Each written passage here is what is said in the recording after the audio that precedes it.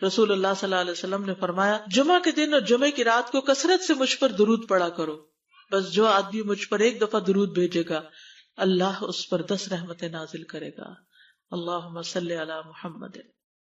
رسول اللہ صلی اللہ علیہ وسلم نے فرمایا تمہارے افضل دنوں میں سے جمعے کا دن ہے، اسی دن آدم علیہ السلام پیدا کیے گئے، اسی دن ان کی روح قبض کی گئی، اسی دن سور پھونکا جائے گا اور اس دن سب لوگ بے ہوش ہوں گے، اس لیے اس دن مجھ پر کثرت سے درود بھیجا کرو کیونکہ تمہارا درود مجھ پر پیش کیا جاتا ہے۔ کہتے ہیں لوگوں نے پوچھا یا رسول اللہ ہمارا درود آپ پر کس طرح پیش کیا جائے گا جبکہ آپ کا جسم بوسیدہ ہو چکا ہوگا؟ تو آپ نے فرمایا بے شک اللہ عز و جل نے انبیاء کے جسموں کو زمین پر حرام کر دیا ہے، یعنی فرشتوں کے ذریعے آپ تک درود پہنچایا جاتا ہے۔ انبیاء کے جسموں کو مٹی نہیں کھاتی، صحیح سلامت ہوتے ہیں ان کے جسم۔ سورۃ الکہف پڑھنا، نبی صلی اللہ علیہ وسلم نے فرمایا جو شخص جمعہ کے دن سورۃ الکہف پڑھتا ہے تو اس کے لیے دوسرے جمعے تک نور روشن رہتا ہے۔ غسل کرنا، ہر بالغ پر جمعہ کے لیے جانا ضروری ہے اور ہر وہ شخص جس پر جمعہ کے لیے جانا ضروری ہے اس پر غسل ہے، یعنی اس کو لازمی غسل کرنا چاہیے، اللہ یہ کہ کوئی مجبوری ہو۔ تو آپ اپنا اسکیجول اس طرح بنائیں نا کہ جیسے اگر آپ ہر روز نہاتے ہیں پھر تو کوئی مسئلہ نہیں، لیکن اگر آپ ایک دن چھوڑ کے ایک دن نہاتے ہیں تو آپ پھر اس طرح اسکیجول کریں کہ جیسے آپ منڈے کو نہائے، پھر وینسڈے کو نہائے، پھر جمعے کو نہائے، پھر آپ سیٹرڈے سنڈے اگر نہیں بھی نہاتے پھر منڈے، تو اس طرح آپ جمعے کو مس نہیں کریں گے۔ یہ نہیں کہ جمعرات کو نہا کے جمعہ کو چھوڑ دیا یا جمعہ چھوڑ کے ہفتے کو نہائے، ایسا نہیں کرنا چاہیے۔ علماء نے غسل کے حکم کے بارے میں اختلاف کیا، بعض تو کہتے ہیں یہ واجب ہے یعنی فرض کے درجے میں ہے، اور جمہور علماء یہ کہتے ہیں کہ مستحب ہے، پسندیدہ ہے، افضل عمل ہے۔ حدیث میں آتا ہے جس نے جمعے کے دن وضو کیا اس نے اچھا کیا اور جس نے غسل کیا تو یہ افضل ہے۔ صفائی میں مبالغہ ہوتی نا، ویکلی صفائی آپ کو کرنی ہوتی ہے، یعنی جیسے ناخن وغیرہ کاٹتے ہیں یا پھر اپنے زائد بال وغیرہ اتارتے ہیں، تو یہ سب چیزیں اگر جمعے کے دن ہو تو زیادہ بہتر ہے۔ نبی صلی اللہ علیہ وسلم نے فرمایا جو شخص جمعے کے دن اچھی طرح غسل کرے، اچھی طرح سنوار کر وضو کرے، اپنے بہترین لباس میں سے پہنے، یعنی جمعے کے دن باقی دنوں کی نسبت اچھا لباس پہنے، اللہ نے اس کی قسمت میں گھر والوں کی جو خوشبو لکھی ہو وہ لگا لے، یعنی گھر میں جو بھی خوشبو ہے، پھر جمعہ پڑھنے آئے تو لغو کام نہ کرے، 2 آدمیوں کے درمیان جدائی نہ کرے، یعنی 2 لوگ بیٹھے ان کے بیچ میں گھس کے بیٹھ جائے۔ اس جمعے اور دوسرے جمعے کے درمیان کے پورے ہفتے کے گناہ معاف کر دیے جاتے ہیں۔ پھر مسواک کرنا، جمعے کی سنتیں بتاتے ہوئے آپ نے فرمایا اور تم پر مسواک کرنا لازم ہے۔ اچھا لباس پہننا، نبی صلی اللہ علیہ وسلم نے فرمایا اگر ممکن ہو تو جمعہ کے لیے اپنے کام کاج کے کپڑوں کے علاوہ 2 کپڑے اور بنا رکھنے میں کیا حرج ہے، اسپیشل ڈریس رکھے جو جمعے کو ہی پہن لے۔ خوشبو لگانا، یعنی خوشبو لگائے، حدیث میں آتا ہے چاہے وہ عورت کی خوشبو سے ہو، یعنی آپ کی اپنی نہیں، بیوی کی خوشبو پڑی ہو وہی لگا لو لیکن لگاؤ۔ تیل لگانا، جو شخص جمعہ کے دن غسل کرے اور جس قدر ممکن ہو پاکیزگی حاصل کرے اور اپنے تیل میں سے تیل لگائے یا اپنے گھر کی خوشبو میں سے خوشبو لگائے، پھر نکلے کہ 2 آدمیوں کے درمیان تفریق نہ کرے، جتنی مقدرہ نماز پڑھ لے اور جب امام بات کرے تو خاموش رہے، اس جمعے سے لے کر دوسرے جمعے تک اس کے گناہ بخش دیے جاتے ہیں۔ جمعہ کا وقت، سورج ڈھلتے ہی جمعہ پڑھنا، سورج ڈھلتے ہی جمعہ پڑھنا، اول وقت جمعہ پڑھنا، بہت لیٹ نہیں کرنا چاہیے۔ ایاس بن سلمہ بن عقبہ اپنے والد سے روایت کرتے ہیں، انہوں نے کہا کہ ہم رسول اللہ صلی اللہ علیہ وسلم کے ساتھ جمعے کی نماز پڑھ کر واپس لوٹتے تھے تو دیواروں کا سایہ اتنا نہیں ہوتا تھا کہ ان سے اپنے آپ کو سایہ مہیا کیا جا سکے، یعنی ابھی سورج بہت تھوڑا ڈھلا ہوتا تھا۔ ہاں گرمی کی شدت میں تاخیر کی اجازت ہے۔ مسجد میں داخلہ، مسجد کی طرف جلدی نکلنا، تحیت المسجد ادا کرنا۔ عمر بن دینار کہتے ہیں انہوں نے جابر رضی اللہ عنہ کو کہتے ہوئے سنا کہ ایک شخص جمعہ کے دن مسجد میں داخل ہوا اس حال میں کہ نبی صلی اللہ علیہ وسلم خطبہ دے رہے تھے، تو آپ نے فرمایا کیا تم نے نماز پڑھی؟ اس نے کہا نہیں، تو آپ نے فرمایا کھڑے ہو 2 رکعتیں پڑھو۔ اب یہ بڑا اہم مسئلہ ہے، مسجد میں داخل ہو چاہے خطبہ ہو رہا ہو 2 رکعت پڑھے بغیر نہ بیٹھو، ٹھیک ہے؟ اور یہ کیا ہے؟ دراصل تحیت المسجد، یہ جمعے کی سنتیں نہیں ہیں، یہ کیا ہے؟ تحیت المسجد ہے، اور مختصر پڑھی جائیں، یعنی امام جب خطبہ دے رہا ہو تو چاہیے کہ 2 رکعتیں پڑھے اور دونوں میں اختصار کرے۔ نماز سے قبل حلقہ بنانے کی ممانعت، مثلا آپ جلدی چلے گئے تو یہ نہیں کہ ایک گروپ بنا کے آپس میں گپ شپ شروع کر دیں، نہیں، سیدھے ہی لائنوں میں بیٹھیے۔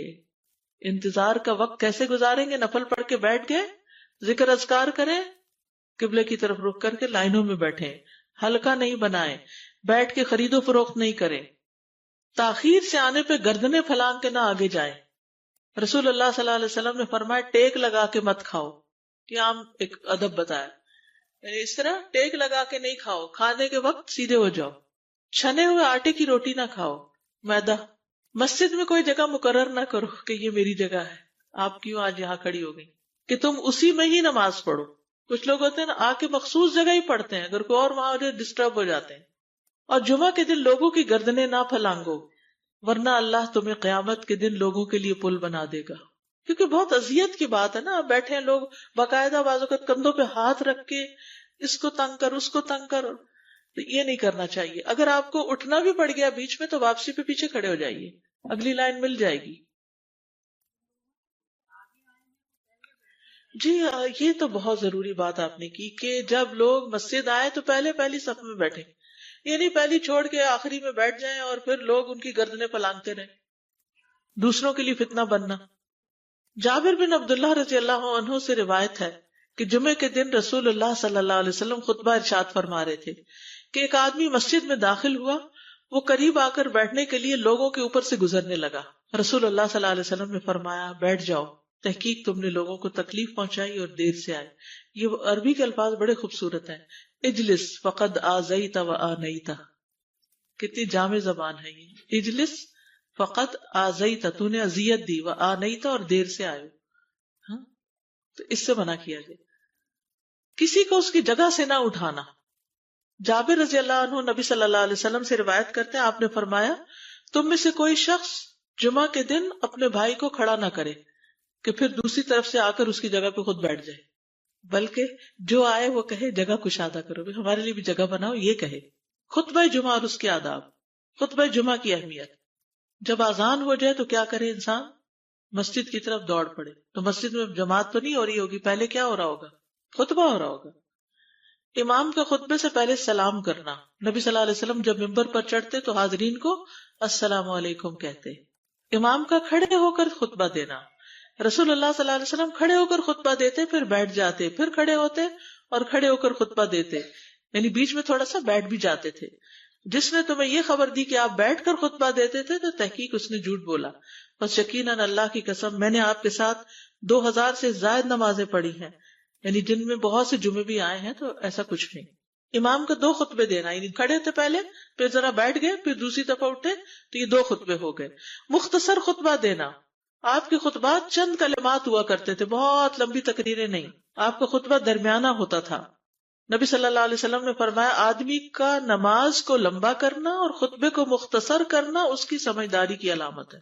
بس نماز لمبی کرو اور خطبہ مختصر کرو، کیونکہ بعض بیان جادو جیسا اثر رکھتے ہیں، یعنی تھوڑے بھی بات کرو گے تو دل میں چلی جائے گی۔ نماز پہ زیادہ توجہ۔ نبی صلی اللہ علیہ وسلم کا خطبے میں سورۃ قاف پڑھنا۔ حارثہ بن نعمان کی بیٹی سے روایت ہے، کہتی ہے کہ میں نے سورۃ قاف رسول اللہ صلی اللہ علیہ وسلم سے سن کر حفظ کر لی۔ آپ ہر جمعے کو خطبے میں پڑھا کرتے تھے۔ سامعین کا امام کی طرف رخ کرنا، یعنی جمعے کے دن یہ نہیں کہ آپ کرسی لگا کے کسی اور طرف منہ کر کے بیٹھ جائیں اور جب جماعت ہو تو پھر صف میں کھڑے، نہیں، آپ صف میں بیٹھے ہو، کس طرف منہ ہو؟ قبلہ رخ ہو، امام سامنے ہی ہوگا نا قبلے کی طرف۔ ایک صحابی کہتے کہ جب آپ ممبر پہ چڑھتے تو ہم اپنے چہروں کے ساتھ آپ کی طرف متوجہ ہوتے، ادھر ادھر نہیں دیکھتے تھے خطبے کے دوران۔ امام کے قریب بیٹھنا۔ اللہ کے نبی صلی اللہ علیہ وسلم نے فرمایا ذکر میں حاضر ہوا کرو، یعنی خطبہ میں، اور امام کے قریب بیٹھا کرو، بے شک آدمی دور ہوتا رہتا ہے حتیٰ کہ وہ جنت میں بھی پیچھے ہی ہوگا اگرچہ وہ اس میں داخل بھی ہو جائے۔ یہ تاخیر کی اتنی مذمت ہے۔ خاموشی سے خطبہ سننا، یعنی بات نہیں کرنی چاہیے، کوئی اہم بات بھی نہیں پوچھنی چاہیے۔ ابن مسعود سے روایت ہے کہ انہوں نے ابی ابن کعب سے قرآن کی کسی آیت کے بارے میں سوال کیا جبکہ اللہ کے نبی خطبہ دے رہے تھے، تو انہوں نے اعراض کیا اور کوئی جواب نہ دیا۔ پھر جب آپ نے نماز پڑھائی تو ابی کہنے لگے تمہارا جمعہ ہی نہیں ہوا۔ تو ابن مسعود نے رسول اللہ صلی اللہ علیہ وسلم سے پوچھا تو آپ نے فرمایا ابی نے سچ کہا، کوئی بات کرنے کی اجازت نہیں، یہ کہنے کی بھی کہ چپ ہو جاؤ یہ بھی اجازت نہیں۔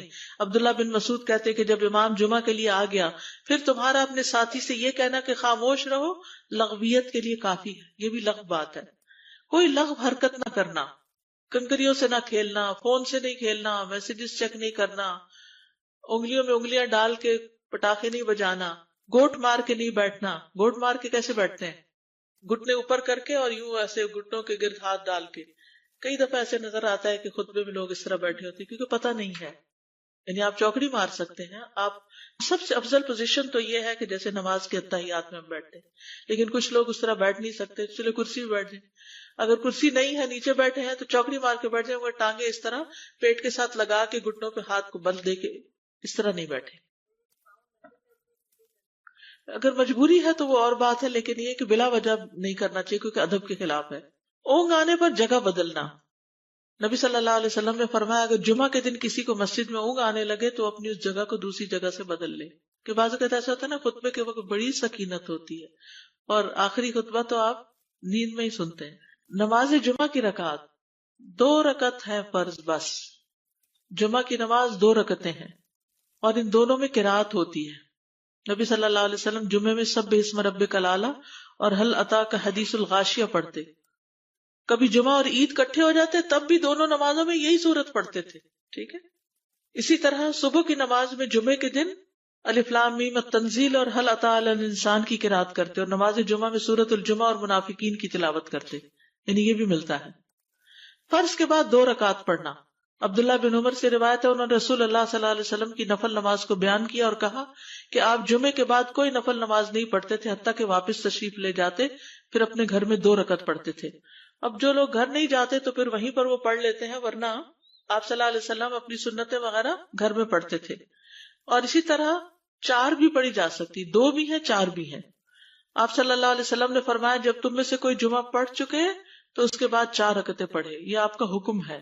تو جب آپ کا 2 چیزیں ہوتی ہیں سمجھنے کے لیے، ایک آپ کا فعل ہوتا ہے اور ایک آپ کا حکم ہوتا ہے. تو ہمارے لیے کیا ہے جو آپ کا حکم ہو.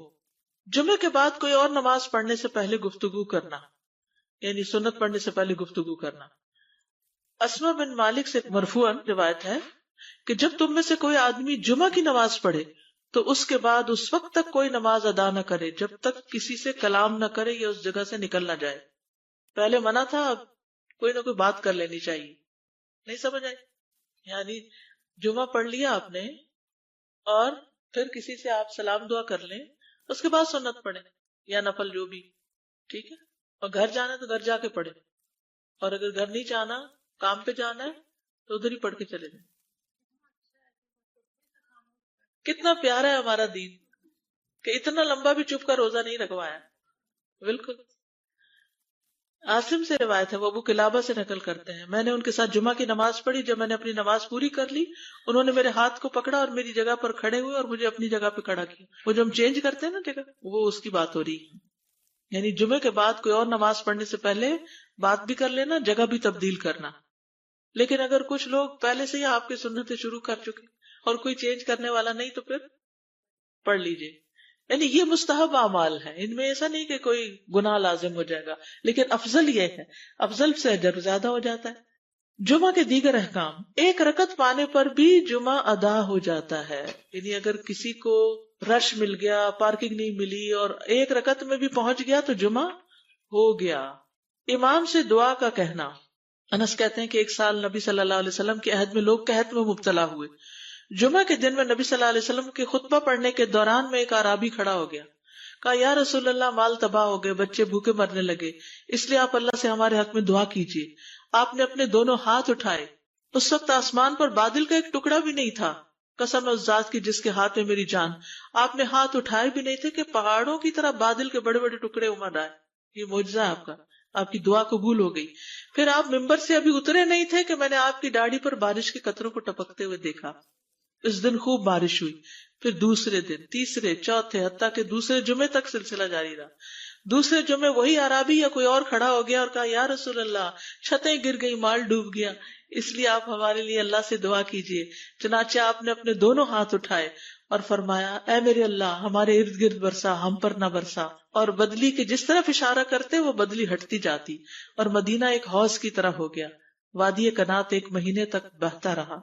جو شخص بھی کسی علاقے سے آتا تو اس پر بارش کا حال بیان کرتا. جیسے ہوتا ہے نا کوئی فلڈ آ جائے، کچھ ہریکن، تو پھر ہر کوئی موضوع گفتگو ہو جاتا ہے. جمعہ کے بعد قیلولہ کرنا. انس کہتے ہیں کہ ہم لوگ جمعہ کے دن سویرے نکلتے اور جمعہ کی نماز کے بعد قیلولہ کرتے تھے، جمعہ کے بعد کھانا کھانا.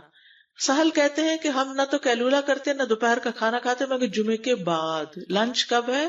جمعے کے بعد. جمعے کو قیام و سیام کے لیے خاص کرنے کی ممانعت ہے، یعنی اس دن کی رات کو شب جمعہ منانا کہ اس رات پوری عبادت کریں گے، یہ سنت سے ثابت نہیں. ٹھیک ہے.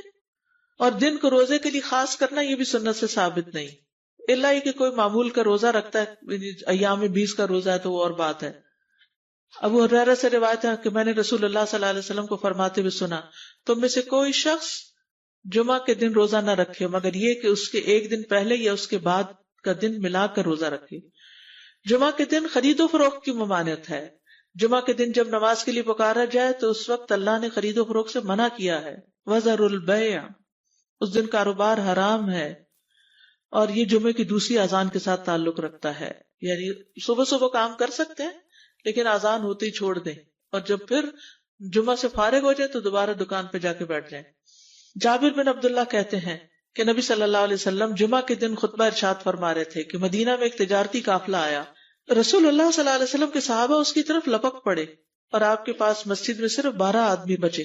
تو رسول اللہ صلی اللہ علیہ وسلم نے یہ صورت دیکھ کر فرمایا، اس ذات کی قسم جس کے ہاتھ میں میری جان ہے، اگر تم سارے کے سارے چلے جاتے اور کوئی بھی باقی نہ بچتا تو اس وادی میں آگ بہہ پڑتی. یعنی اتنا بڑا جرم ہے یہ. پھر یہ آیت نازل ہوئی، وَإِذَا رَأَوْا تِجَارَةً أَوْ لَهْوًا انفضوا إِلَيْهَا وَتَرَكُوكَ قَائِمًا، جب وہ کوئی سودا بکتا دیکھیں یا کوئی تماشا نظر آ جائے تو اس کی طرف دوڑ جاتے اور آپ کو کھڑا ہی چھوڑ دیتے ہیں. راوی کہتے ہیں جو 12 آدمی رسول اللہ صلی اللہ علیہ وسلم کے ساتھ رہے ان میں ابو بکر اور عمر رضی اللہ عنہ بھی شامل تھے. جمعے کے دن قبولیت کی گھڑی ہوتی ہے، اس وقت اللہ سے بھلائی مانگنی چاہیے. رسول اللہ صلی اللہ علیہ وسلم نے فرمایا، جمعے کے دن میں ایک گھڑی ایسی ہے کہ کوئی مسلمان اللہ سے کسی خیر کا سوال کرتے ہوئے اس کی موافقت نہیں کرتا مگر اللہ اسے وہی خیر عطا کر دیتا ہے. فرمایا یہ ایک چھوٹی سی گھڑی تھوڑی دیر کے لیے ہوتی ہے اور یہ ہر جمعے کو ہوتی ہے. ٹھیک ہے. اور خصوصاً نماز میں بھی اگر کوئی دعا کر رہا ہوتا ہے نا انسان تو وہ بھی قبول ہو جاتی ہے. نماز میں دعا کہاں ہوتی ہے؟ شروع میں ہوتی ہے، رکوع میں ہوتی ہے، سجدے میں ہوتی ہے، تشہد میں ہوتی ہیں. تو اگر یعنی جمعہ پڑھ رہے ہیں اور بیچ میں دعائیں آ گئی ہیں تو ہو سکتا وہی گھڑی آ گئی ہو اور آپ کی دعا قبول ہو جائے. اور یہ تورات میں بھی اس کا ذکر تھا. ابو ہریرہ رضی اللہ عنہ کہتے ہیں کہ رسول اللہ صلی اللہ علیہ وسلم نے فرمایا، بہترین دن جس میں سورج طلوع ہوتا ہے جمعہ کا دن ہے. اس دن میں ایک گھڑی ایسی ہے کہ نماز کی حالت میں اگر کوئی مسلمان بندہ اللہ عز و جل سے کچھ طلب کرے تو وہ اس کو ضرور دیتا ہے. کعب نے کہا ایسا سال میں ایک مرتبہ ہوتا ہے؟ تو میں نے کہا نہیں بلکہ ہر جمعہ کو ہوتا ہے. کہتے ہیں پھر کعب نے تورات پڑھی تو کہا نبی صلی اللہ علیہ وسلم نے سچ فرمایا. ابو ہریرہ رضی اللہ عنہ کہتے ہیں کہ میں بعد میں عبداللہ بن سلام سے ملا اور ان سے اپنی اور کعب کی مجلس کا بتایا تو عبداللہ بن سلام رضی اللہ عنہ نے کہا میں جانتا ہوں وہ گھڑی کب آتی ہے. ابو ہریرہ نے کہا مجھے بھی بتائیے. انہوں نے کہا وہ جمعہ کے دن میں آخری گھڑی ہے. میں نے کہا یہ جمعے کے دن کی آخری گھڑی کیسے ہو سکتی ہے؟ حالانکہ رسول اللہ صلی اللہ علیہ وسلم نے فرمایا جو مسلمان بندہ اس کو نماز پڑھتے ہوئے پائے. اس وقت میں کوئی نماز نہیں پڑھی جاتی. تو عبداللہ بن سلام نے کہا کیا رسول اللہ صلی اللہ علیہ وسلم نے یہ نہیں فرمایا جو شخص نماز کے انتظار میں بیٹھا رہے وہ گویا نماز ہی کی حالت میں ہے حتیٰ کہ نماز پڑھ لے؟ کہتے ہیں میں نے کہا ہاں. تو انہوں نے کہا بس یہی ہے، یعنی اس وقت کیا کرنا چاہیے؟ آخری گھڑی میں وضو وغیرہ کر کے مغرب کی نماز کے انتظار میں بیٹھ کے دعائیں کریں، اذان ہو تو نماز پڑھ لیں. عصر کے بعد سے مغرب تک کا وقت ہے. انس بن مالک سے روایت ہے کہ نبی صلی اللہ علیہ وسلم نے فرمایا جمعہ کے دن اس گھڑی کو جس میں دعا کی قبولیت کی امید کی جاتی ہے عصر سے لے کر سورج ڈوبنے تک کے درمیان تلاش کرو اور دن کی آخری گھڑی ہے. تو اللہ سبحانہ وتعالی ہمیں اس دن کی برکتوں سے فائدہ اٹھانے کی توفیق عطا فرمائے.